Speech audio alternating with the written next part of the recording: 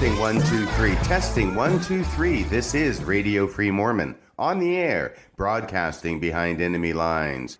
Tonight's episode, The Miracle Making of President Nelson. One of the core tenets of Mormonism is that God's intimate dealings with the children of men are not restricted only to Old Testament times or even to New Testament times, but that they continue unabated today, and specifically, they continue within the Church of Jesus Christ of Latter-day Saints. God continues to directly reveal His will, not only to the leadership of the church, but also to the individual members. Contrary to the words of Paul Simon, God only knows, God makes His plan, the information is available to the mortal man. And not only does God continue to reveal His will from heaven, not only in the then and there, but in the here and now, other assorted and various miracles also continue to manifest themselves by God's power within the LDS Church. Because of this cornerstone of Mormonism, that miracles continue to occur today, there is a tendency among members of the church and even among its leadership to take ordinary, pedestrian, everyday kinds of events and cloak them with a patina of the miraculous. I remember one example of this happened not long after I joined the church back in 1978. At that point, I didn't know much about the LDS Church.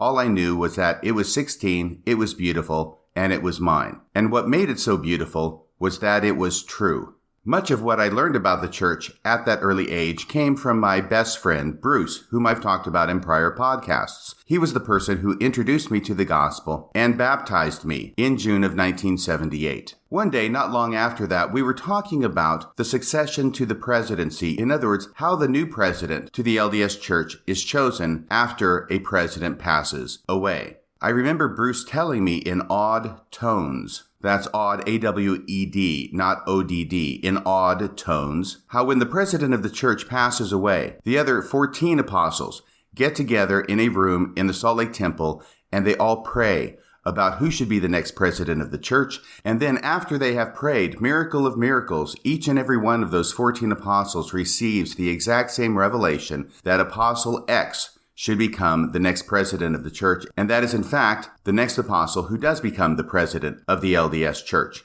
Well, this was faith promoting. This was amazing. This was miraculous. I loved it. It was only several years later after my mission when I was reading a pamphlet written by Joseph Fielding Smith titled The Succession to the Presidency that I found out that the facts were somewhat different, and the facts were decidedly less miraculous. That, in fact, what really occurs is that when the president of the church passes away, it is already known and understood by all the other apostles who will be the next president. The next president of the church will be who it always has been. It is the longest continuously serving apostle. So much so is this the case that the president of the LDS Church at any given time is defined as the longest continuously serving apostle in the church. And that is how we knew when President Monson died that the next president of the church was not up for grabs. It was going to be Russell M. Nelson. And it would be Russell M. Nelson because after Thomas S. Monson, he was the longest continuously serving apostle in the LDS Church. Case closed, end of story,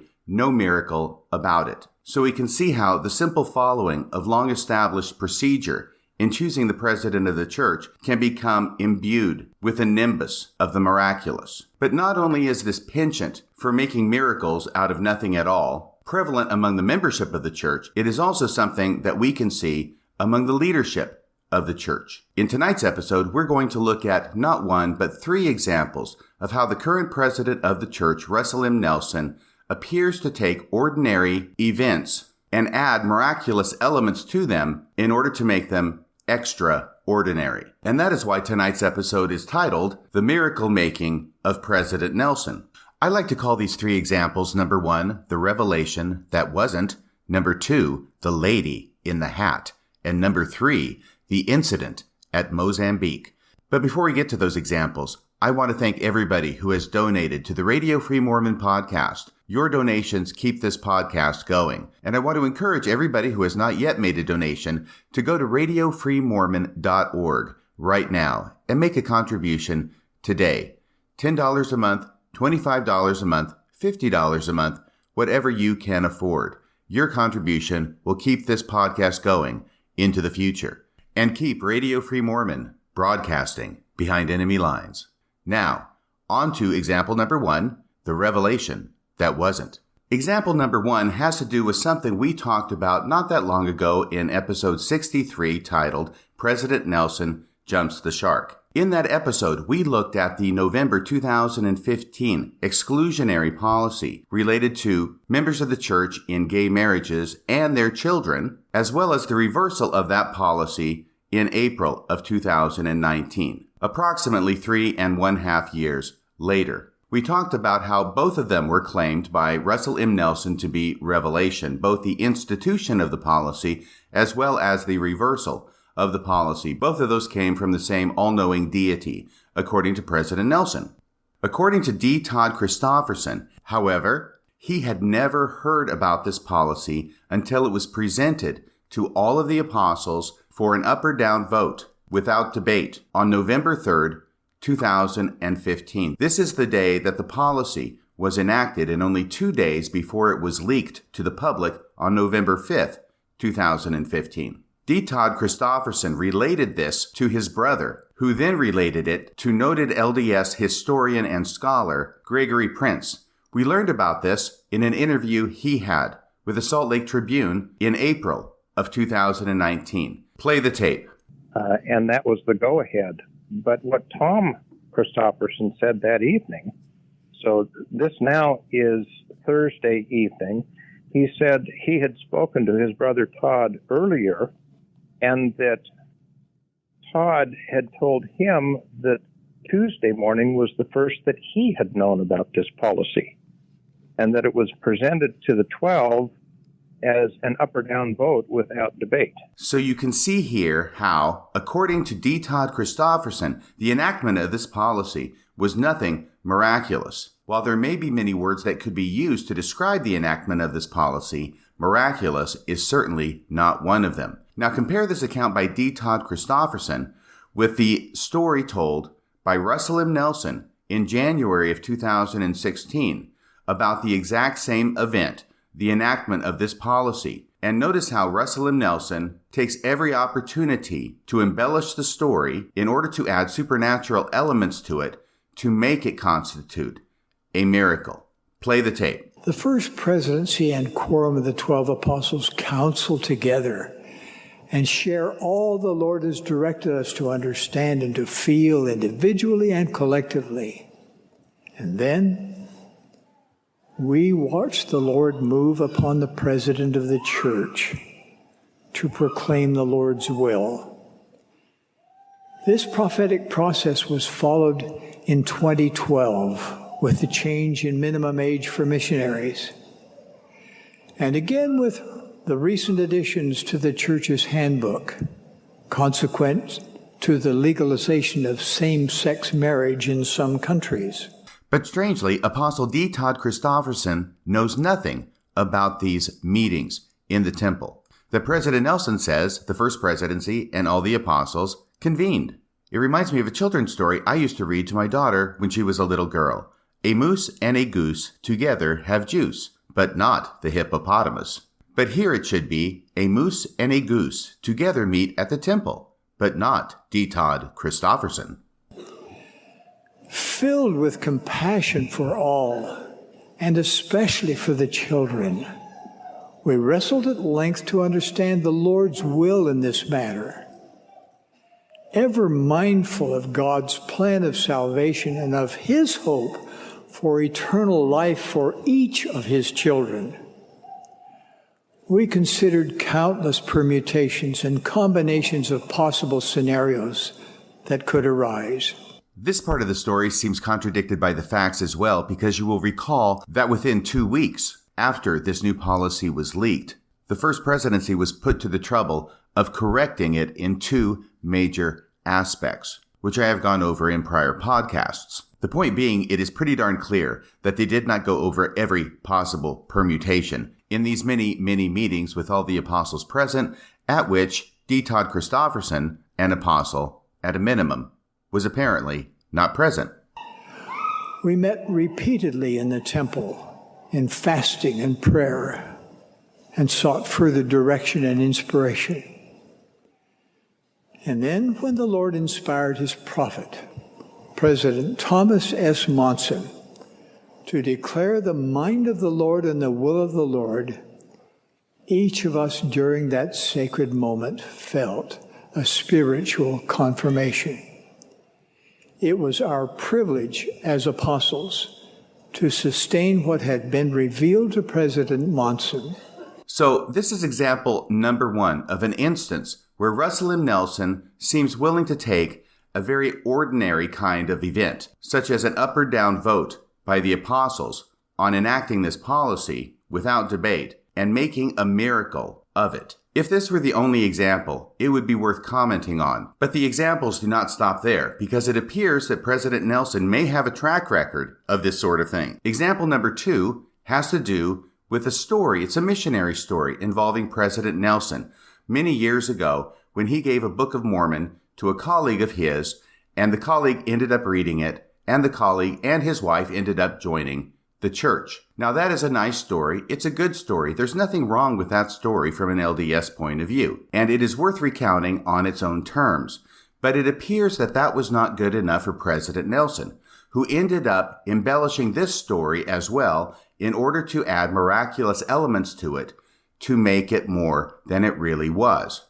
On April 9th, 2019, the Truth and Transparency Foundation, formerly known as Mormon Leaks, published an article titled "False Story Removed from Newest Book on the Life of Mormon President Russell M. Nelson." Here's what that article states. A book exploring the life and teachings of Russell M. Nelson, current president of the Mormon Church, underwent a last-minute edit before its public release on April 8th, 2019.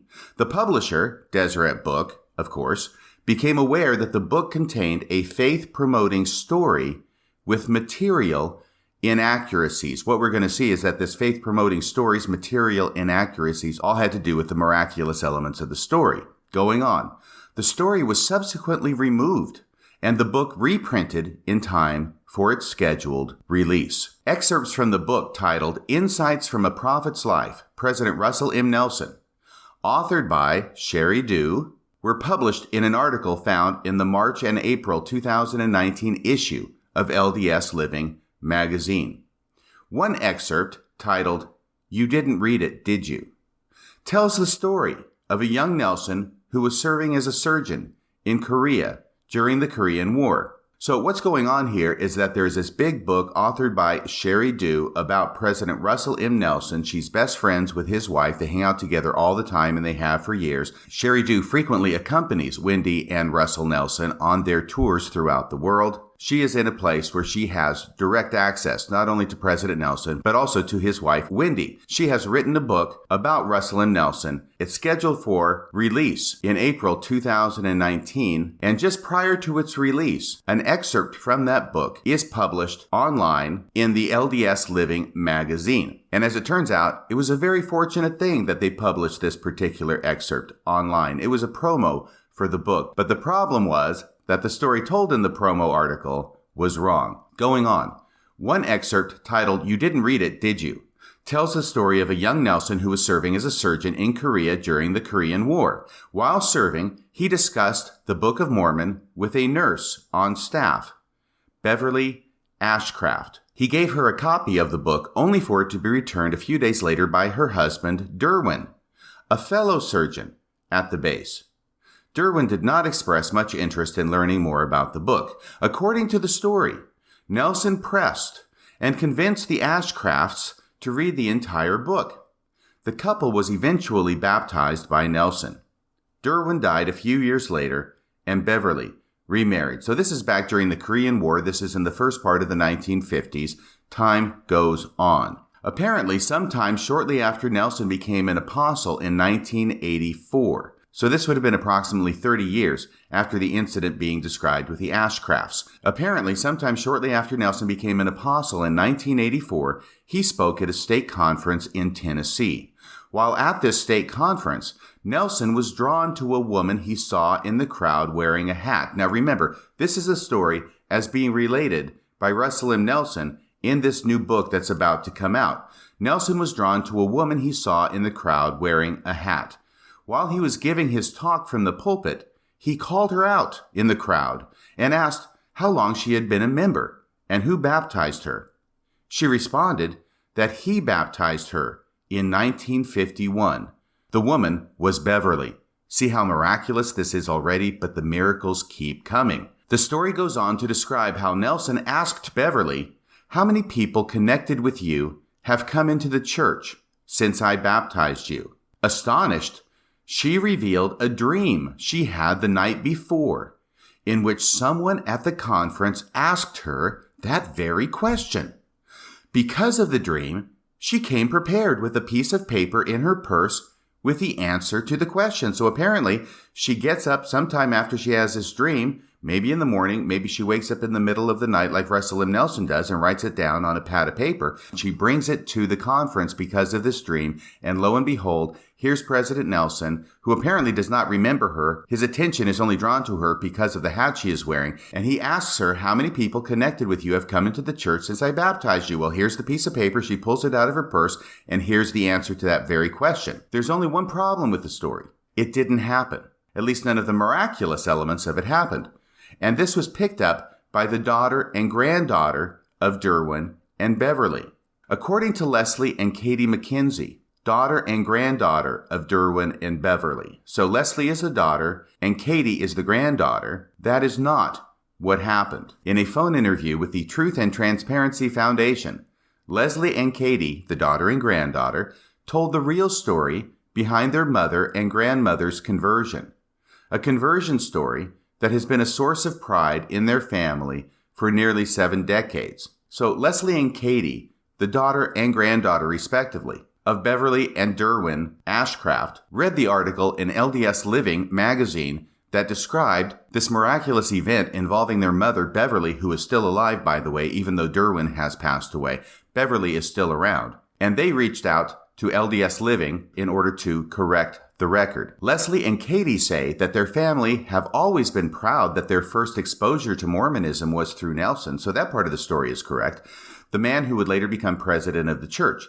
They saw him as a spiritual giant, great leader, and the man that changed the legacy of their family forever. They were aware that Nelson occasionally used the story of Derwin and Beverly as a faith-promoting example of missionary work, which, as I say, it is, just standing on its own. Without this miraculous story at the state conference in Tennessee. The story even appeared in a 1984 Ensign article and in Nelson's biography on LDS.org.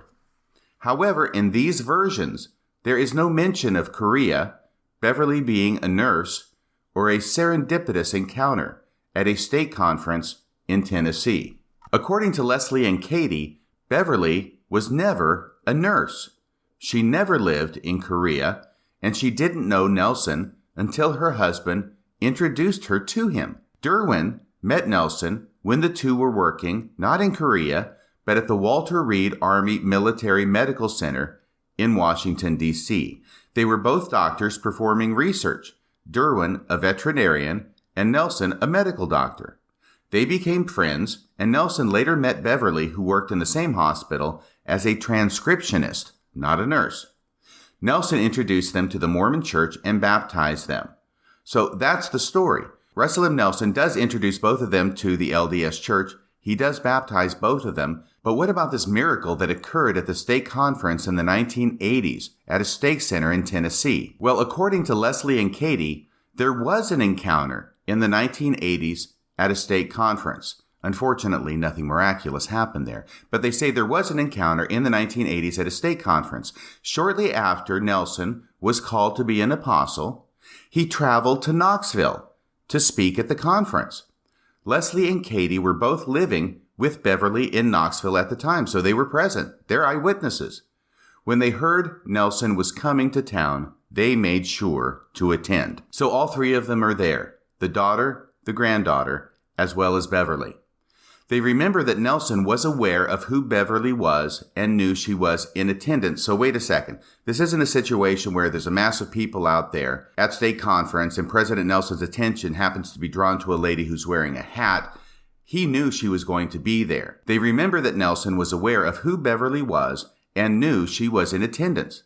He did call her up to the podium during his talk and told everyone about her baptism story, apparently the correct story, and about how there are many members of the church today as a result of her conversion. However, critically, Katie and Leslie state, there was no dream the night before. There was not a prepared note in her purse. Why would there be a note prepared in her purse if there was no dream the night before? There was not a prepared note in her purse, and there was no confusion on the part of Nelson as to who she was. Katie adds that her grandmother has never worn a hat to church and did not have a hat on that day. And so we can see that a rather ordinary story of President Nelson sharing the gospel with a friend and his wife and getting them baptized into the church doesn't seem to be good enough. Over time, a miracle is made out of it. And the miracle has to do with the events at the state conference in Tennessee. President Nelson does go to the state conference. Beverly is present at the state conference. President Nelson does ask her to come up and share with the audience all the people who have joined the church because of her, which, by the way, means because of him, since he's the one who baptized her in the first place. This note of vainglory is hard to escape on the part of President Nelson. But all the miraculous elements of the story were somehow made up by President Nelson and added to the narrative. This is similar to Elder Jeffrey R. Holland back in the summer of 2017, telling a miracle story to a group of newly called mission presidents at the MTC, which was thereafter published in the Deseret News. I did an episode about that story as well, and the fact that after that story was published in the Deseret News, people involved in the miracle story contacted Elder Holland to tell him that none of the miraculous elements of the story actually happened. And Elder Holland then was put to the embarrassment of having to issue a public retraction of the story, which he actually did not do himself, but had other people do for him. He's not too busy to tell the miraculous story in the first place, but he is too busy to issue the retraction of the story. So this is very similar. We have a story which is really not miraculous, that then has miraculous elements added to it.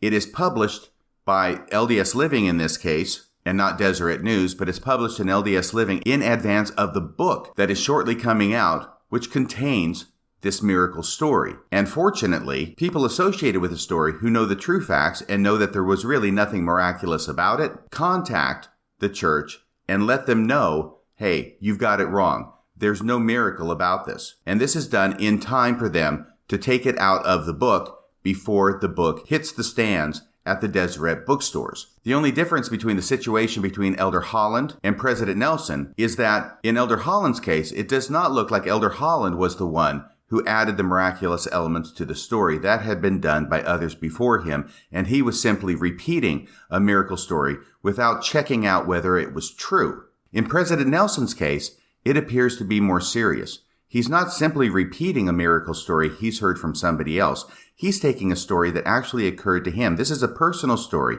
a story that happened in his own life, and he is the one who is adding the miraculous elements to it. Again, there was no dream the night before, there was not a prepared note in her purse, and there was no confusion on the part of Nelson as to who she was.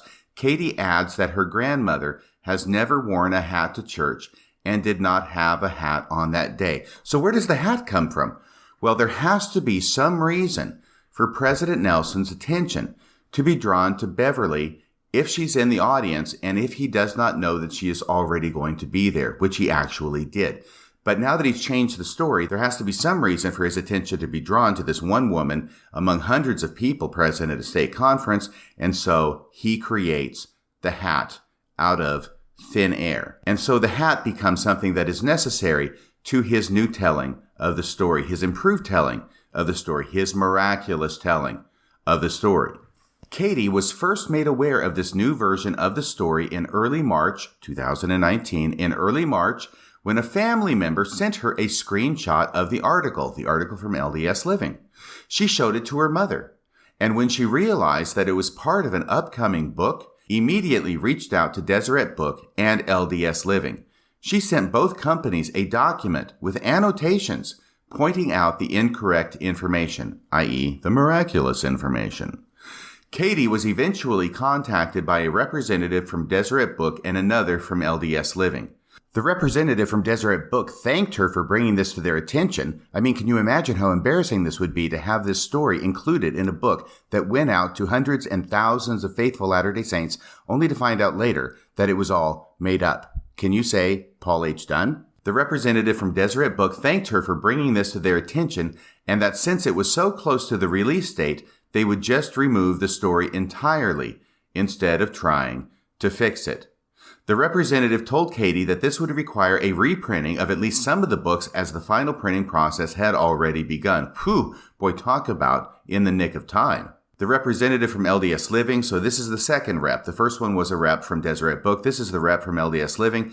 The representative from LDS Living told Katie that portions of the article would not appear in the online version, but did not say whether or not a retraction would be printed in the next issue. Requests for comment from both Deseret Book and LDS Living have gone unanswered. So Ryan McKnight, who is the author of this article for the Truth and Transparency Foundation, dated April 19th, 2019, reached out to LDS Living as well as Deseret Book, asked for comment. Nope, no comment, thank you. When asked why she felt the need to take it upon herself to correct the record, Katie says that her main concern was the fact that people were reading this account and believing it to be accurate when it isn't. Her grandmother is still alive, and she is worried about people in her ward reading the story and asking her about it, thus putting her in a position to have to lie or disparage Nelson, a man she loves and reveres. Leslie and Katie also felt that the story, as it appeared in LDS Living, unfairly painted Derwin in a bad light, making it seem like he was dismissive of his wife and the Book of Mormon that was gifted by Nelson. He is not alive to defend himself, and Katie felt it her duty to defend her grandfather from a false narrative. Now, that particular comment about protecting their grandfather from a false narrative does not really make any sense unless you actually read the article as it appeared in LDS Living, which I am going to do now because a screenshot was taken of this article and it is available at a link on the Truth and Transparency Foundation. The way that article starts out is this introduction. Editor's note, during the Korean War and 1 year shy of finishing his residency and earning his PhD, Dr. Nelson enlisted in the Army and was transferred to active duty in Korea shortly after the birth of his and his first wife, Dancel's second daughter, Wendy. Whew, that's kind of a long sentence. The following story occurred when he was part of a MASH unit during that war. Okay, now we get to the excerpt from the upcoming book, the excerpt that was taken out eventually and precipitously. Young Lieutenant Nelson performed many operations in less than optimal conditions. One day, a nurse named Beverly, see, here she's a nurse named Beverly Ashcraft approached him at the end of an operation in which he had assisted him. What makes you different from all the other surgeons I work with? Okay, so here, oh my gosh, what makes you... Okay, so here she can see that there's something special about him. He's not like other surgeons. What on earth is it that makes him so special? What makes you different from all the other surgeons I work with? She asked, likely assuming that he would have a straightforward answer. Dr. Nelson thought for a moment and responded much differently than she expected. Well, I don't know that I'm different, but if I am, it's because I know the Book of Mormon is true. Not only was Beverly not expecting that answer, she was not impressed with it. It was only out of a sense of duty that she accepted Dr. Nelson's offer to borrow the one and only copy of the Book of Mormon he had at the time. Her husband, Derwin, was a fellow surgeon, and a few days later he returned the book, tossed it to Russell, and muttered a feeble thanks. That is a totally inappropriate answer for someone who has read the Book of Mormon, Lieutenant Nelson responded. You didn't read it, did you? You see, that's why this article is titled, You Didn't Read It, Did You? It is a quote from Lieutenant Nelson to Derwin Ashcraft when Derwin Ashcraft returns the Book of Mormon with a feeble thanks. Once again, that is a totally inappropriate answer for someone who has read the Book of Mormon, Lieutenant Nelson responded. You didn't read it, did you? I don't know about you, but hearing a story where a MASH doctor says this kind of thing to a fellow doctor is giving me a decidedly Frank Burns kind of vibe going on. I'm asking you and Beverly to read it, and when you have, then I want my book back. The Ashcrafts did read the book, and over a period of time, Lieutenant Nelson taught them the gospel. In 1951, he baptized them, and then he lost track of the Ashcrafts. So that is the story told by President Nelson regarding Derwin Ashcraft. And that is why Leslie and Katie, the daughter and granddaughter of Derwin Ashcraft, felt that the story, as it appeared in LDS Living and as it was about to appear in the book, unfairly painted Derwin in a bad light, making it seem like he was dismissive of his wife and the Book of Mormon that was gifted by Nelson. He is not alive to defend himself, and Katie felt it her duty to defend her grandfather from a false narrative. So that part of the narrative was false as well. Leslie and Katie, they're not anti-Mormons. They're not out to burn the church down. They love the church. They love President Nelson.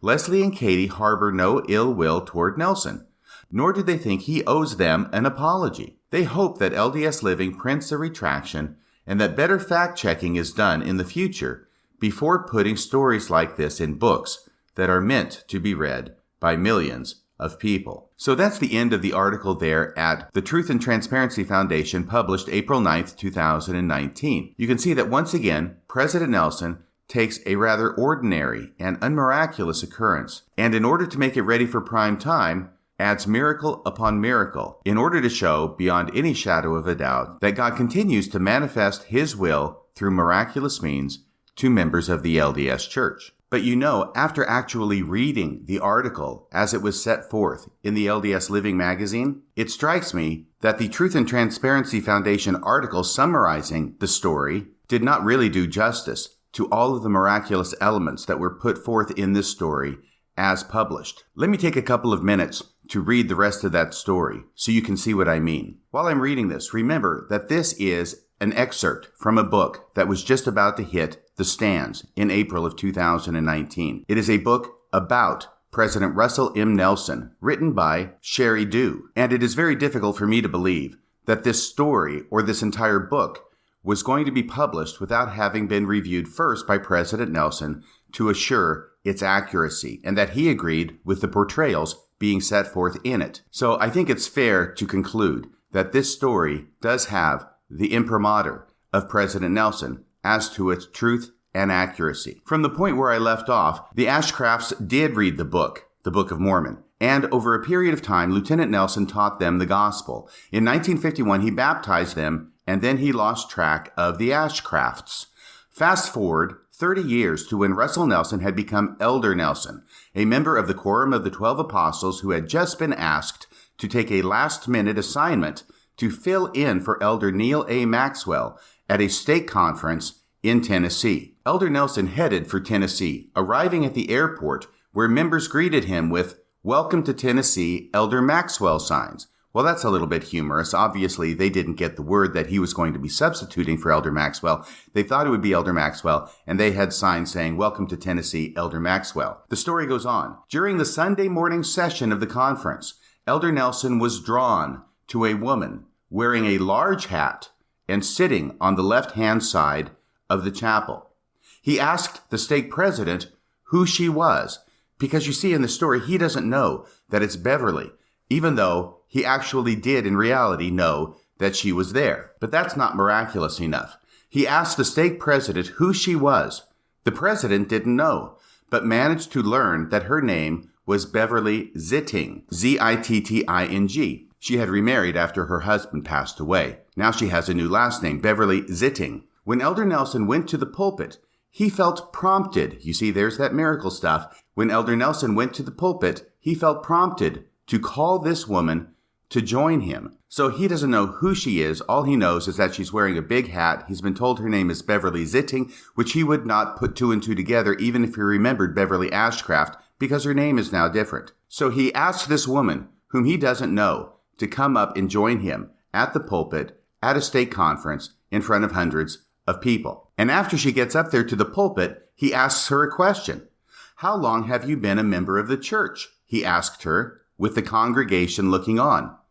30 years, she responded. "Who baptized you?" he then asked. After a brief pause, she answered, "You did, in 1951. "Oh, see how astonishing this is. "What is your name again?" he asks her. She explained that when Elder Nelson had baptized her, her name had been Beverly Ashcraft, and her husband's name, Derwin. After he died, she had remarried, and now she had a large family who were active in the church. "Beverly, how many people connected with you have come into the church since I baptized you?" Elder Nelson asked. "You won't believe this," she told him, and frankly, he shouldn't believe it, and we shouldn't believe it, because This never happened. You won't believe this, she told him and the congregation, but 2 nights ago, I had a dream that Elder Maxwell would ask me that very question. So this was an inspired dream, but apparently it wasn't inspired enough to let her know that Elder Maxwell was not going to be there. Instead, it would be Elder Nelson.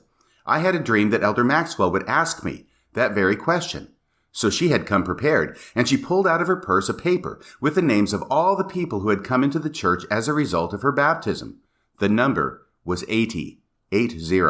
So that's the story, the official approved story by President Nelson that was set to be published in the book in April of 2019, and which was excerpted and published just a little bit early in LDS Living magazine. That story concludes with this paragraph. During subsequent years, Beverly would visit Elder Nelson in his office at church headquarters at least twice. On the last visit, she was accompanied by children and grandchildren. Who could that be? Well, at least 2 of them, 1 child and 1 grandchild, were the people who recognized that this story was made up. On the last visit, she was accompanied by children and grandchildren wishing to thank Elder Nelson for baptizing their mother and grandmother. By that time, the number of those who had joined the church as a result of her baptism was 300 and counting. So that's the end of the story in LDS Living magazine. And we can see how when we read the story, it is simply and utterly miraculous. And all these simply and utterly miraculous parts of it are pure embellishments on the part of President Nelson to an otherwise ordinary and unmiraculous event. But there is yet another example of this sort of miracle making on the part of President Nelson. It is our third and final example tonight, and I like to call it the incident at Mozambique. Now, the essential elements of what really happened during the incident at Mozambique is that Elder Russell M. Nelson, along with his wife Wendy, was visiting the African nation of Mozambique. He was accompanied by a General Authority 70 and his wife, and they were visiting the mission president there and the mission president's wife. So there are 3 couples down there. It is May of 2009, and they are sitting down to dinner when 4 men come into the house and rob them and then leave very quickly. This story was first published by KSL News on May 30th of 2009 under an article titled LDS Church Apostle, His Wife, and 2 Other Couples Attacked in Mozambique. This story runs as follows. Dateline, Salt Lake City. Armed assailants attacked and robbed a Latter-day Saint apostle, his wife, and 2 other couples in the African nation of Mozambique. Elder Russell M. Nelson and his wife Wendy were on a church assignment when the incident happened. According to church spokesman Scott Trotter, so this is the guy who should know. According to church spokesman Scott Trotter, the wife of the mission president, Blair Packard, suffered a broken arm. She and others also have cuts and bruises. So even though the wife of the mission president gets a broken arm, which is definitely unfortunate, this whole incident is unfortunate, the others escaped with minor injuries, cuts and bruises, according to the article. An official church statement was released which stated, quote, on Friday evening, they were having dinner together in the mission president's home when armed assailants entered the home and robbed them. We don't have complete information yet, but we understand that Sister Packard's arm was broken. In addition, she and others suffered some superficial injuries, mainly cuts and bruises. Elder and Sister Nelson will continue their assignment over the weekend as planned. So that's the end of the official church statement, quote, in this article. The article goes on, the country of Mozambique is located in the southeastern part of the African continent on the Indian Ocean. Elder and Sister Nelson had traveled there for weekend meetings with church leaders there, which included Mozambique Maputo mission president Blair Packard and his wife, Sister Cindy Packard. So finally we get to her name. It's Cindy Packard. So that's the mission president and his wife that they're visiting, and Elder William and Sister Shanna Parmley of the African Southeast Area Presidency. The article goes on with a little background about the problem of such robberies in Mozambique. Former missionaries to Mozambique, who we talked with Saturday, tell us that they were warned to always be cautious and told about the dangers of life in that African nation. Austin Hill served a Latter-day Saint mission in Mozambique in 2002 and 2003. He says the people are very friendly. Well, most of the people, apparently. The mission home before the current one got broken into, and the church-employed guards were there all day. One of the 3 guards they employed had orchestrated the whole thing, Hill said. So here this former missionary to Mozambique is describing a robbery of the mission home itself. When you hear of something happening in the neighborhood, he goes on, as you're there, it's usually with a machete. So usually machetes are used by robbers in Mozambique. We don't yet know what or how much was taken, but authorities in Maputo are investigating this crime. So though this sounds like a traumatic incident being reported by the church, as it happened to Elder Russell M. Nelson and the others present, it does not sound like there was anything miraculous about it. Perhaps it's miraculous in a general kind of euphemistic sense, that nobody was hurt any worse than Sister Cindy Packard, who had her arm broken. That's a good thing, but not necessarily miraculous in any way.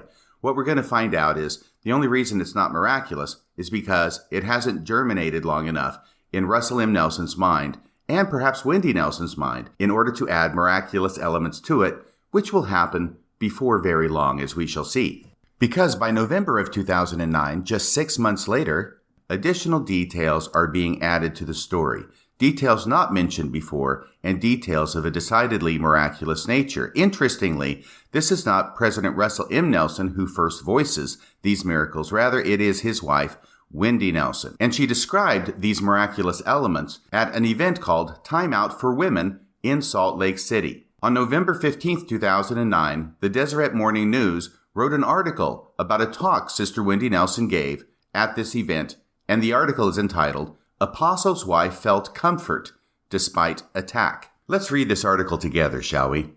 The wife of Elder Russell M. Nelson said she felt a comforting peace that helped her remain calm during an attack by armed robbers last spring. Sister Wendy Watson Nelson described the experience Friday during a speech to 3,300 women at the Time Out for Women event in Salt Lake City. The robbery occurred in May at an LDS mission home in Mozambique. So we know we're talking about the same incident. Here's what Sister Nelson says. The 4 armed robbers had one intention, to harm my husband and to take me hostage. Well, that's interesting. One would normally think that the intention of robbers coming into a house would be to rob people and then take as much stuff as they could and get away as quickly as they can. But that's not what Sister Nelson says now. These 4 armed robbers had only one intention, and their one intention was not to rob people. Instead, it was to harm my husband and to take me hostage. That's a quote from Sister Nelson in November of 2009. This article goes on. Sister Nelson said she and her husband, a member of the Quorum of the 12 of the Church of Jesus Christ of Latter-day Saints, were on a church assignment in the African country. She described finishing taco salads. So now we're getting some details. She described finishing some taco salads with Mozambique, Maputo, mission president Blair Packard and his wife and 2 other couples when a man suddenly walked into the mission home. So only one man walks into the mission home at first. Sister Nelson says, I expected the president to greet him like a friend. And here she apparently is talking about the mission president. I expected the president to greet him like a friend, but he stood by the door. And instead, the mission president's wife, who I call a hero, said, this is a robbery. So a strange man walks into the room, stands by the door, and the mission president's wife says, this is a robbery. After she informed her guests of the situation, Cindy Packard, the mission president's wife, ran outside to shout, robber, robber, in Portuguese. It's unclear from this story when it is exactly that she gets her arm broken, but that appears to be something that really did happen inasmuch as it was part of the initial reports. This article goes on. She was the only one in the group who could speak the language well. So Cindy Packard, the mission president's wife, is the only one in the group who can speak the language well. Apparently, the mission president had not been brushing up on his Portuguese. And Portuguese is the language of Mozambique, which a quick Google search just showed me. Going on. And her efforts summoned help and brought the hideous situation to a close. Cindy Packard, however, suffered a broken arm during the attack. Others in the group suffered some superficial injuries, mainly cuts and bruises. Now, we've heard that part before. Sister Nelson said the attempted robbery and abduction, now it's an attempted abduction as well. Of who? Why, none other than Wendy Nelson. The attempted robbery and abduction was a sobering experience, she said, that confirms that, quote, life is a spook alley, unquote. Note to Wendy, this might be an unfortunate turn of phrase when relating an incident that happened in Mozambique. Just saying. But she said she takes comfort in the scripture that advises the righteous to fear not what man can do. Her account of the attack helped illustrate several points. She said the first of the 4 armed men didn't barge into the house, but casually entered almost unnoticed, exactly like the adversary does. Unbeknownst to those inside eating dinner, the intruders overcame the unarmed guard outside the mission home. So there's an unarmed guard outside the mission home. Things are obviously somewhat precarious there in Mozambique. However, not precarious enough to actually arm the guard that you have outside your mission home. The intruders overcame the unarmed guard outside the mission home, she said. They then watched Elder Nelson and the others through the windows of the mission home, waiting for the right moment to attack. So here is a new detail. Wendy Nelson says that these men, before apparently the first one walked in, they watched Elder Nelson and the others through the windows of the mission home, waiting for the right moment to attack. So either these guys were not doing a very good job of being surreptitious about watching them through the windows of the mission home, or Wendy Nelson's imagination is beginning to run away with her here. The adversary knows your whereabouts, Sister Nelson said. The robbers didn't barge in. They just sauntered right on in, exactly like the adversary. It struck me as well that we, therefore, as women, need to be hyper-vigilant about what's coming into our home, on the internet, the computer, and the TV. Going on with the article, Sister Nelson said she felt comforted just prior to the incident. Comfort that helped her keep calm during the difficult experience. Here's her quote. "Just before that man walked in, an intense, beautiful peace came upon me," she said. "If you're ever in a situation where you doubt God, just call me. I will tell you, I have felt that peace." So even before the robbery has commenced, Sister Nelson feels an incredible sense of peace come over her. Apparently then, God is aware beforehand that this robbery is going to take place, but instead of intervening directly to keep it from happening, he simply gives Wendy Nelson a feeling of peace. I imagine this is cold comfort to Cindy, the mission president's wife, who suffered a broken arm during the event. Sister Nelson said righteous women everywhere need to be vigilant and bold, just as Cindy Packard was on that evening in Mozambique when she responded quickly and took action and got a broken arm. I added that last part. Sister Nelson said she labeled the problem, and the second thing she did was to free herself and get out. We need to be like her and get over it, being slow to take action. We need to get over being slow to take action. Our spiritual strength of the past won't be enough in the future. We need to increase the intensity of our prayers and of our scripture study, so you can see how she's taking this story and then drawing lessons from it, which she hopes will be a benefit to her audience at the Take Time for Women conference. So in this story, Sister Nelson seems to have added to the narrative not only this overwhelming sense of peace she felt immediately before the robbery even commenced, but also the allegation that the one intention of these 4 robbers was to hurt her husband, Elder Nelson, and to kidnap her. But the elaboration and the miracle making continues. That was November of 2009. By 2015, there is an LDS Living article. Yes, we go back again to LDS Living magazine, an LDS Living article from 2015 on a book written by, drumroll please, Russell M. Nelson. So in 2015, President Russell M. Nelson has written a book titled Accomplishing the Impossible, What God Does, What You Can Do. And once again, LDS Living magazine has excerpted a passage from this book. This article is titled, When Angels Saved President Russell M. Nelson's Life. What we know about heavenly messengers. Yes, the incident at Mozambique is now going to become an example of angels saving President Russell M. Nelson's life through the miracle-making prowess of Russell M. Nelson. Here's what the introduction to this article says at LDS Living magazine. In his book, Accomplishing the Impossible, What God Does, What We Can Do, President Russell M. Nelson shares a powerful personal experience with angels. No, not just with robbers, but with angels, as well as many fascinating examples from the scriptures and church history. Enjoy the excerpt below and learn more about these heavenly beings. Well, here is a rather lengthy chapter talking mostly in general about angels from the scriptures. We're going to skip that part to get to the good stuff. And here's where we get to it. Quoting from this excerpt from the book by Russell M. Nelson, "The Lord made a promise to those faithfully engaged in his service. He said, I will go before your face. I will be on your right hand and on your left, and my spirit shall be in your hearts, and mine angels round about you to bear you up." Now he gets to his new and improved version of the incident at Mozambique. Quote, "My wife Wendy and I are the beneficiaries of that promise. On one occasion, we were attacked by armed men with malicious intent. They announced their purpose to kidnap her and to kill me." So now the 4 robbers are not there to rob people. They are there to kidnap Wendy Watson and to kill Russell M. Nelson. Why it is that is their intent is not at all made clear, and why it is that they should be able to recognize Russell M. Nelson as somebody that they have this particular animus toward, and his wife as someone that they wish to kidnap, is also not made clear because there were other people present in the room. And not only was that their intent, they announced it upon entering their room. One other thing that is not made clear is how Russell M. Nelson could understand their announcement of their intent to kill him and to kidnap Wendy unless they were saying it in English, or perhaps Mandarin Chinese.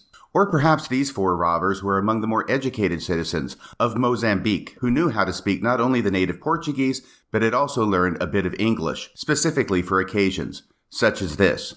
Now, I thought that perhaps if they made this announcement in Portuguese, it would have been Cindy, the wife of the mission president, who understood it and translated it later, since she was the only one, according to Wendy Nelson, who was able to speak the language. But no, according to Wendy Nelson, Cindy, the mission president's wife, had already left the building as soon as she saw the first man enter into the room and stand nonchalantly by the door. That was when the mission president's wife recognized this was a robbery and ran out into the street to summon help in Portuguese. So Cindy, the mission president's wife, would not have been present when the others came in and made their announcement that they were going to kill President Nelson and kidnap Wendy Nelson. So it is not clear at all as to who it was who was present who could have understood that announcement had any such announcement in fact been made at all. The more we compare the different accounts of this event from Wendy Nelson from 2009 November and from Russell Nelson from his 2015 book, the more confused the situation becomes. Russell M. Nelson goes on with his account.